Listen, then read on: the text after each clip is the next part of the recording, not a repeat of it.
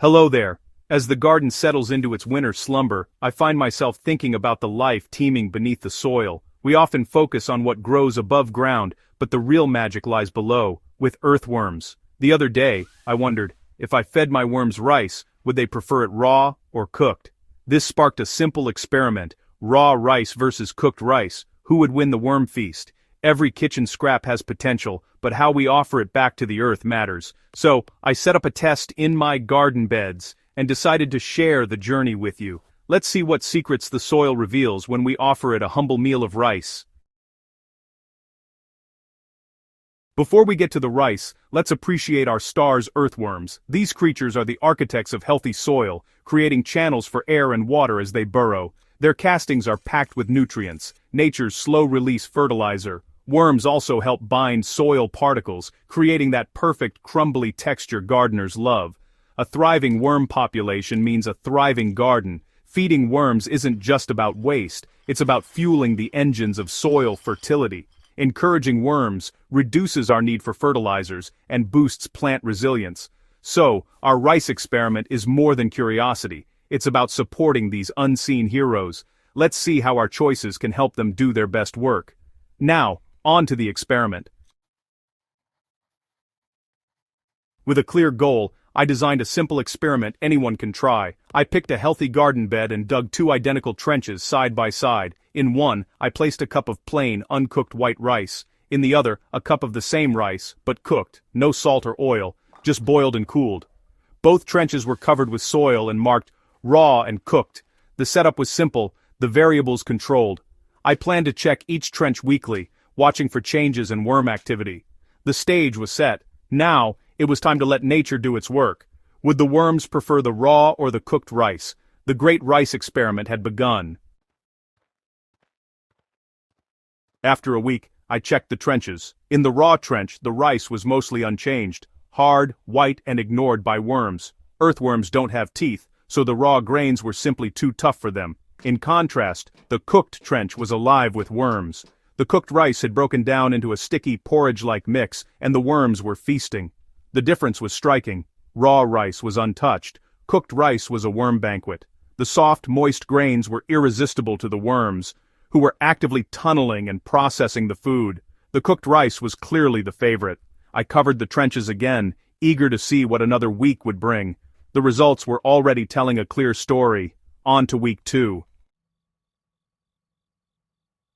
Week 2 brought more changes. In the raw trench, mold had started to grow and the rice was softening, but only a few worms had arrived. The raw rice needed fungi and bacteria to break it down before worms could join in. Meanwhile, the cooked trench was transformed. The rice was almost gone, replaced by rich, dark soil full of worm castings. Worms were still abundant, finishing off the last bits. The cooked rice had been quickly converted into fertile soil.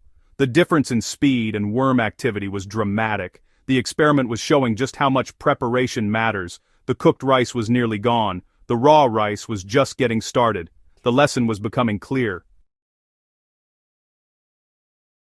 By week 3, the results were undeniable. The raw trench was finally attracting more worms, as the rice became mushy and decomposed. But the process was slow. Raw rice took weeks to become worm food. The cooked trench, meanwhile, was now just rich dark soil. No rice left, only improved earth.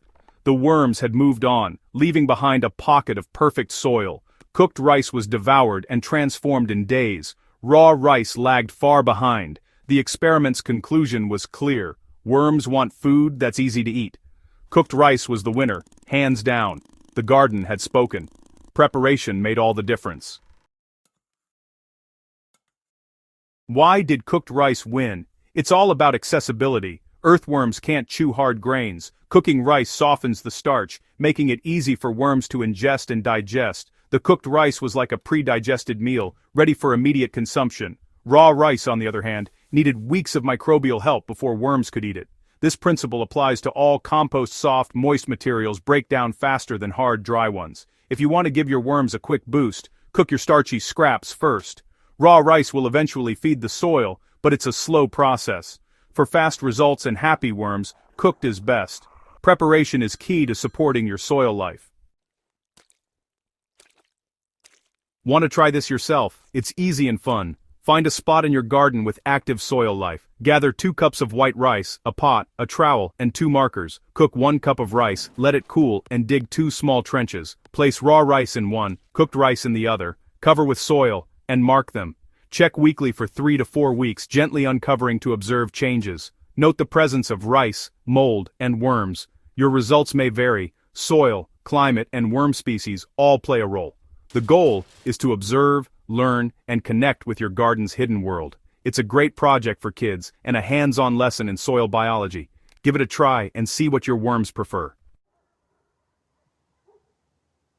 This experiment is a reminder. There's always more to learn in the garden. Healthy soil is the foundation of everything we grow. Even small discoveries, like how worms prefer their rice, deepen our connection to the earth. I hope this inspires you to see your kitchen scraps and soil in a new light. What experiments are you running? Share your stories in the comments. If you enjoyed this, subscribe to Soil Stories for more tips and experiments.